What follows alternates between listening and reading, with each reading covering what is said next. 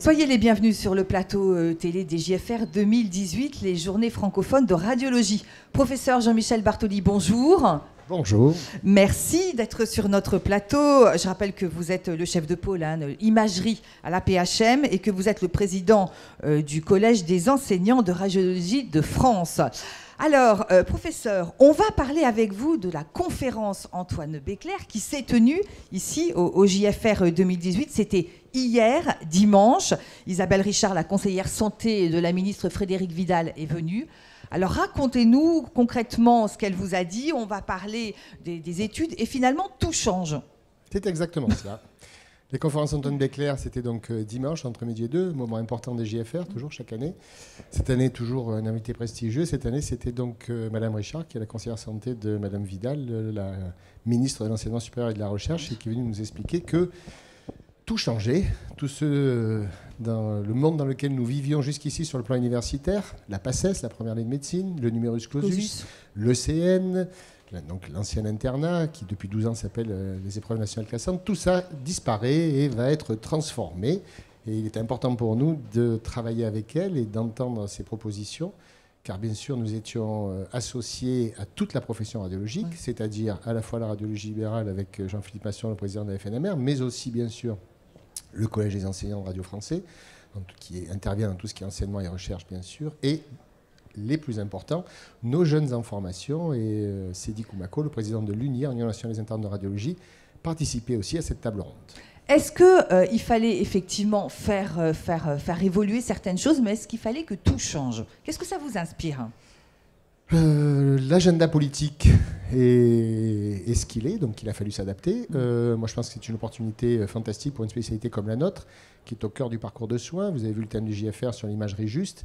Et donc, effectivement, on peut décliner cette imagerie juste et la place des radiologues et de la radiologie dans le parcours de soins des patients à tous les niveaux de la formation, dès la première année de médecine jusqu'à la fin de la spécialisation en radiologie. Donc, pour nous, il est important d'être présent dans toutes les discussions qui vont avoir lieu maintenant sur l'évolution de cette réforme des études médicales.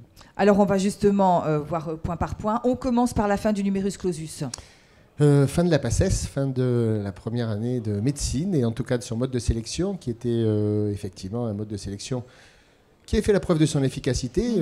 Seuls les plus brillants connaissaient les règles. On connaissait les règles, elles étaient peut-être violentes, mais en tout cas on savait qu'il y avait une sélection au bout qui permettait, sur les règles qui avaient été fixées, de sélectionner des jeunes étudiants qui étaient remarquables. La volonté de la ministre, c'est d'évoluer vers une plus grande mixité des parcours d'arrivée dans ces études de médecine qui arrivent d'horizons totalement différents, à la fois scientifiques, médicaux ou extra-médicaux. C'est une volonté, mais on va l'accompagner et on va garder en tête quand même que néanmoins, il nous faut là-dedans toujours maintenir la qualité de la formation et aussi un certain niveau de formation qui permettent à nos étudiants de répondre aux besoins des patients sur tous les territoires, ce qui n'est pas si simple. Donc il y aura toujours, même si le mot de sélection n'apparaît plus dans les discours de la ministre, il y aura toujours quand même un minimum, j'imagine en tout cas, on attend de voir les mesures d'accompagnement, mais il y aura un minimum de professionnalisation de ces recrutements qui seront plus divers et qui permettront à la profession médicale de ne pas arriver avec un seul modèle, mais plusieurs. En ce qui concerne la fin de l'internat, là c'est pareil, au niveau des ECN, il y a des changements. Mais de toute façon, professeur, lorsque vous parliez de qualité de soins, de qualité des médecins, la sélection, elle va se faire aussi naturellement, soyons clairs. Oui, alors s'il vous plaît, sur le plan politique et sur le plan médiatique, n'employons plus le mot de sélection. On a bien compris que c'était un mot qui était devenu honni.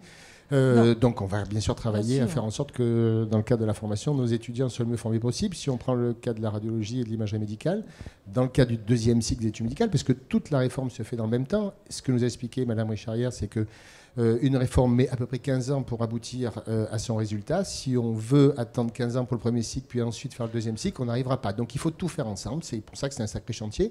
Sur le deuxième cycle d'études médicales, nous avons beaucoup insisté sur la profession radiologique pour que la radiologie soit enseignée par les radiologues et non pas par d'autres spécialités médicales. C'est un point important.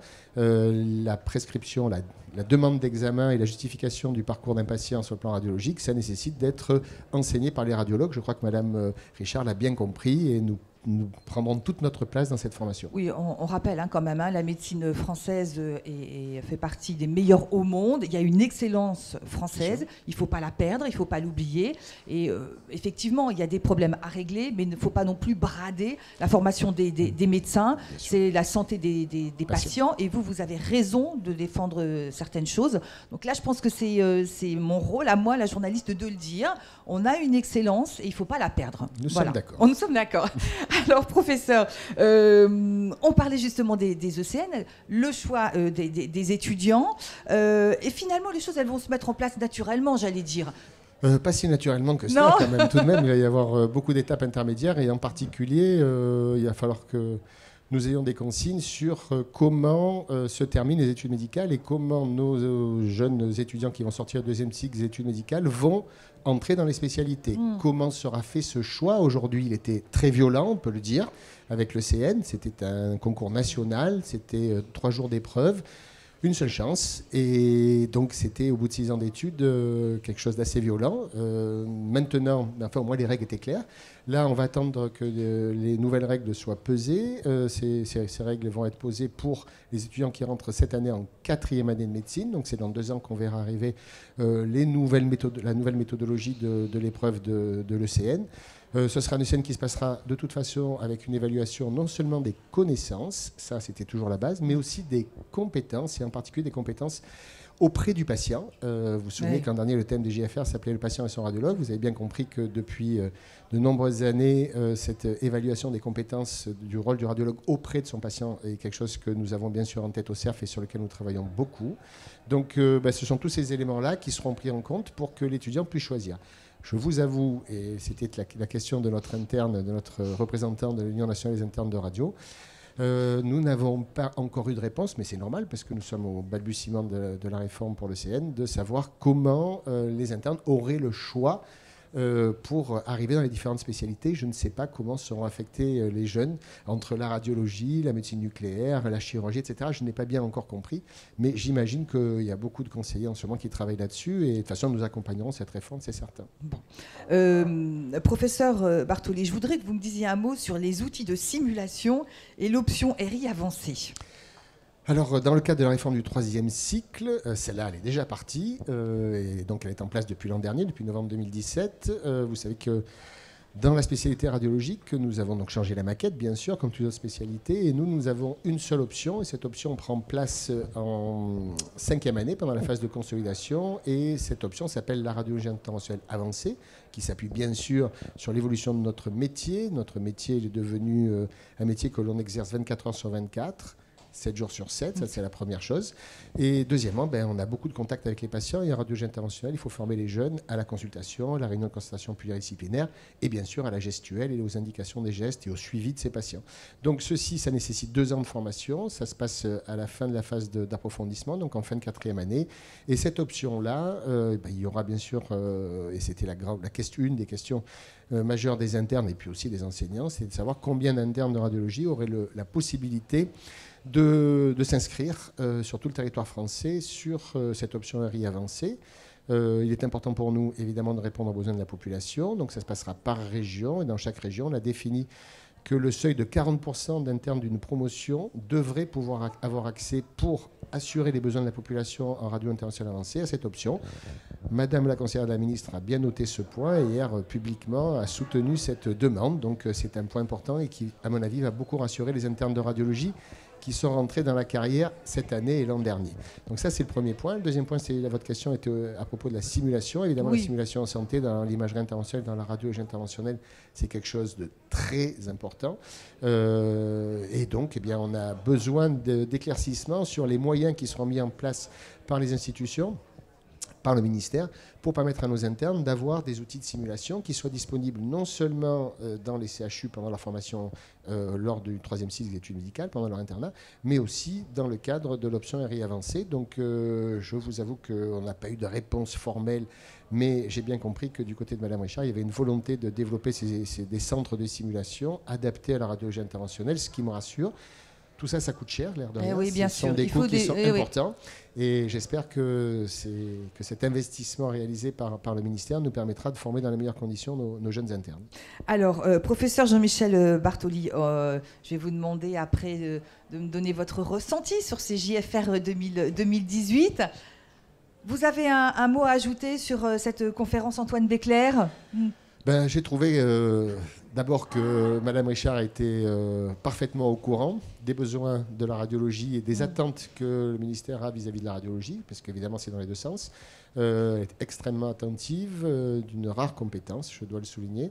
Et même si évidemment elle ne pouvait pas avoir la réponse à toutes les questions parce que la réforme est en cours en ce moment, je dois vous avouer que le niveau de cette conférence était quand même assez élevé. Donc ça fait du bien pour une spécialité comme la nôtre d'avoir un rendu, des gens à l'écoute. Un rendu et une écoute qui soit aussi intéressante. Ce n'est pas toujours le cas et c'est pour ça que je profite pour le souligner. Vous faites bien de le dire. Alors nous sommes au 4e jour de ces JFR 2018.